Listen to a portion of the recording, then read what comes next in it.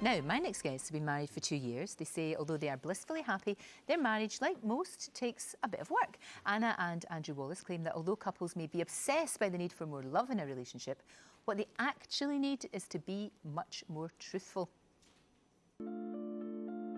What are the secrets to an enduring and successful relationship?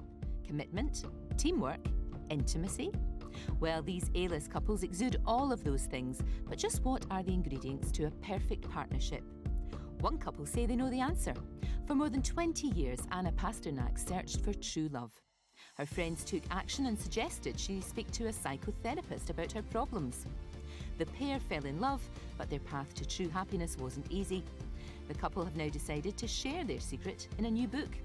They say that the key to a successful relationship is being completely honest with each other. But is honesty always the best policy? Well, Anna and Andrew Wallas join me now. Great to see both of you. Hi there. And, you know, clearly it's worked for you, this whole honesty thing. Are you honest about everything? Yes. Absolutely.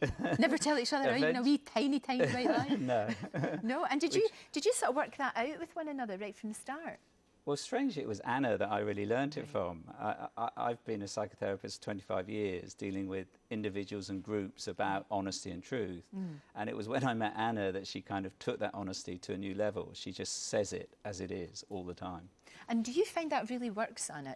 Absolutely, if you've just got to be honest all the time. Well, sometimes I feel like I've got an honesty disability. It's almost like I can't not tell the truth, you know. But I would say that if you have the courage to speak your truth and achieve a level of honesty, you actually cut through things far quicker. Because so many of us feel so many things, but we suppress it, like rage or jealousy or insecurity, and our partner knows that anyway. So if you have the courage to say the unsayable, say, actually, I'm completely livid with you right now, because it might cause a mini explosion, but you cut through it and you move through to a level of connectedness much quicker. Do you know that's actually true? How many times have your partner, your husband, whatever, said to you, I'm not a mind reader? I don't, and it's like, they're supposed to know. Right, they're supposed to know.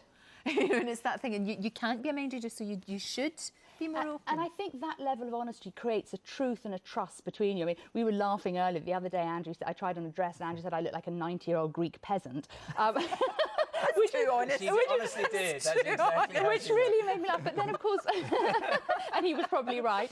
And then, but at other times when he says something like, I really like you in that dress, I know that that's true. It's not just some man wrote going, oh yeah, you look great in that, fine. Right. You know, so you really begin to establish a level of trust. And I think that's a great foundation for a successful relationship. Well, actually, we asked some of you what you thought and whether or not you tell your partner everything. That's what you said. Yes, I think you should tell your partner everything when you're in a relationship. However, that has in the past got me into certain difficulties and people not being able to accept things. I tell my partner everything. I'm a serial monogamist. That's probably why I'm single.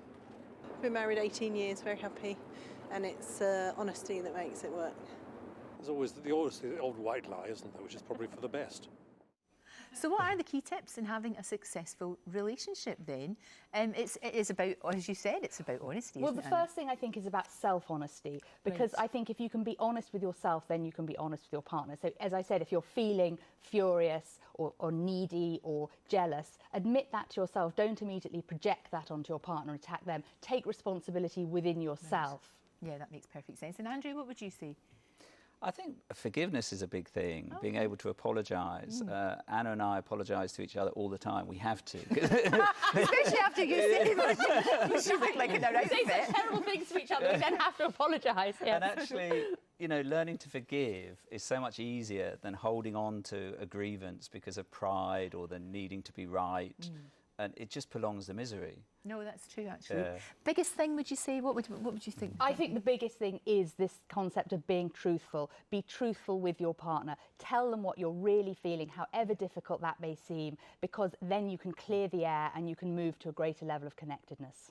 Well, we asked viewers if you would tell your partner. We asked you if you. 24% said yes, they would.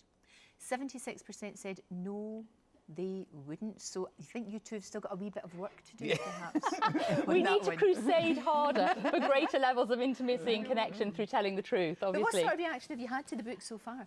We've had amazing reaction. We've had some great reviews and people have loved it. Some people hate it. Some people probably think it's a bit indulgent. But it's really raw, it's very honest. We've written it as we've been living it. Right. So it's a little bit like a year of therapy. Every chapter we've gone through, all this stuff comes up. And in fact, when we wrote the chapter on forgiveness, we got halfway through and we sort of got stuck, and we both sat there and said, we're actually not very forgiving with each other right now.